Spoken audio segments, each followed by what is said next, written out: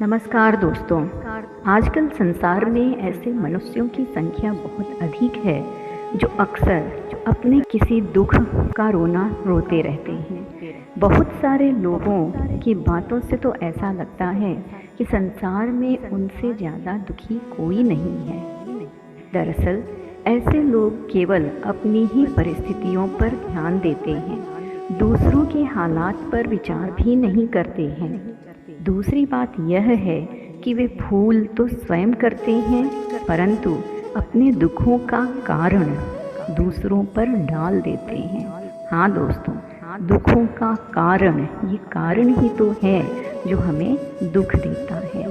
ऐसे हालात में हम कभी देवता को दोष देते हैं कि भगवान हमसे अप्रसन्न हैं और हमें ही तरह तरह के दुख दे रहे हैं। कभी हम किसी व्यक्ति को दोषी ठहरा देते हैं कि हमारा विरोध करके हमें हानि पहुंचाना चाहता है। ऐसे विचार वास्तव में हमारे मन का भ्रम होता है, इसके अलावा कुछ नहीं। यदि हम सच में दुखों से छुटकारा पाना चाहते हैं तो हमें सबसे पहले इस विचार को अपने मन से निकाल देना चाहिए कि कोई वस्तु या व्यक्ति हमारे दुखों का कारण है। हमें भली भांति इस बात को समझ लेना चाहिए कि अपने कर्मों के लिए हम स्वयं जिम्मेदार हैं, कोई और नहीं। और हम जो दुख या सुख प्राप्त कर रहे हैं वो हमारे ही कर्मों का परिणाम है। अपने दुखों के कारण हम स्वयं होते हैं। यदि मनुष्य जानबूझकर वहम, अज्ञान, भूल, अंधकार और दुख की कोठरी में सारी उम्र बैठा रहे और दुख की शिकायत करता रहे तो क्या उसका दुख दूर हो जाएगा? वास्तव में विचार किया जाए तो सुख के लिए अपने मन की शांति और एकाग्रता की ही आवश्यकता होती है। दूसरी वस्तुओं को ढूंढने की आवश्यकता नहीं है। एक व्यक्ति ऐसा होता है कि जहाँ पर भी वो जाता है वहाँ उसे आनंद की प्राप्ति होती है। वहाँ की हर एक वस्तु उसे सुख देने वाली प्रतीत होती है। हर एक परिस्थिति उसको अपने अनुकूल लगती है। वहीं दूसरे व्यक्ति को हर एक वस्तु में बुराई ही नज़र आती है। हर एक व्यक्ति या वस्तु के संपर्क में आते ही वह उदास हो जाता है, प्रत्येक की शिकायत करता है। उसको किसी भी वस्तु में आनंद नहीं मिलता। वह इस संसार को रहने योग्य नहीं मानता है।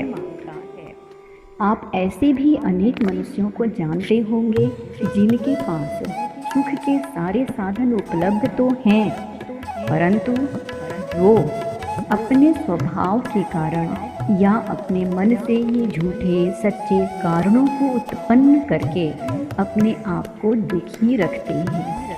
इस तरह के लोगों को किसी पर भी विश्वास नहीं होता है, यहाँ तक कि वो अपनी पत्नी, बच्चे और सगे संबंधियों पर भी विश्वास नहीं कर पाते हैं और सब कुछ होते हुए भी संसार में एक निस्सहाय व्यक्ति की भांति जीवन व्यतीत करते हैं।